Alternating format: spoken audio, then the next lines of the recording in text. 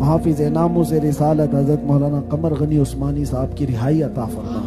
اللہ ان کو قید سے آزادی عطا کر دے۔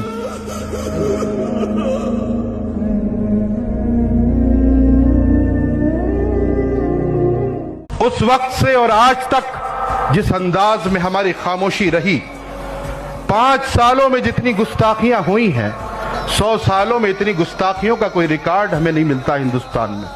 لیکن ان 5 سالوں میں جو بے غیرتی ہم نے دکھائی ہے، ان بے غیرتیوں کا بھی کوئی ریکارڈ نہیں ملتا۔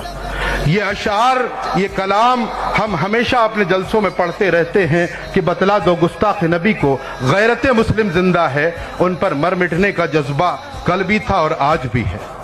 لیکن میں آپ سے بھی پوچھنا چاہتا ہوں، خود اپنے سے بھی پوچھنا چاہتا ہوں کہ ان 5 سالوں میں اتنی گستاخیاں ہوئی، لیکن ہم نے کیا کیا؟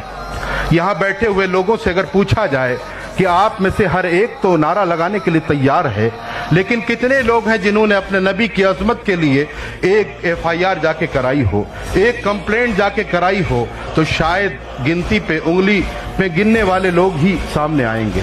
حضرت مولانا قمر غنی عثمانی صاحب تھے، اور حضرت کا جرم صرف اتنا ہے کہ آپ ناموس رسالت پر پہرا دے رہے تھے، اور گستاخوں کے خلاف آپ قانونی لڑائی لڑ رہے تھے۔ آپ کورٹ تک گئے، آپ تھانے تک گئے، مگر پھر بھی ظالمین نے آپ پر ایک جھوٹا مقدمہ کیا اور آپ کو جیل میں ڈال دیا۔ پچھلے 4 سال سے زیادہ کا وقت گزر گیا، آپ ابھی تک جیل میں ہیں، نہ آپ کو پیرول دی گئی، نہ بیل دی گئی، نہ آپ کو رہا کیا گیا، کیونکہ آپ مسلمانوں کے جذبات کو مجروح ہونے سے بچا رہے تھے اور گستاخوں کے خلاف قانونی لڑائی لڑ رہے تھے۔ مگر قوم مسلم ہے کہ اتنی غفلت میں ہے کہ نہ خود آواز اٹھاتی ہے، نہ آواز اٹھانے والوں کا ساتھ دیتی ہے۔ تو مسلمانوں، یہ تمہارا حق ہے کہ مولانا قمر غنی عثمانی صاحب کے لیے دعا کیجیے، ان کے لیے آواز اٹھائیے، اور اگر آج آپ اپنی آواز اٹھانے والوں کا ساتھ نہیں دو گے تو کل کو پھر کوئی تمہارا ساتھ دینے والا بھی نہ بچے گا۔ تو اس لیے تمہارا حق ہے کہ جو تمہاری مسلک کی، تمہاری دین کی، تمہاری پہچان کی لڑائی لڑے، تمہارے جذبات کو مجروح ہونے سے بچائے، تو تمہارا حق بنتا ہے کہ تم اس کا ساتھ دو، اس کے ساتھ مضبوطی کے ساتھ کھڑے ہو جاؤ۔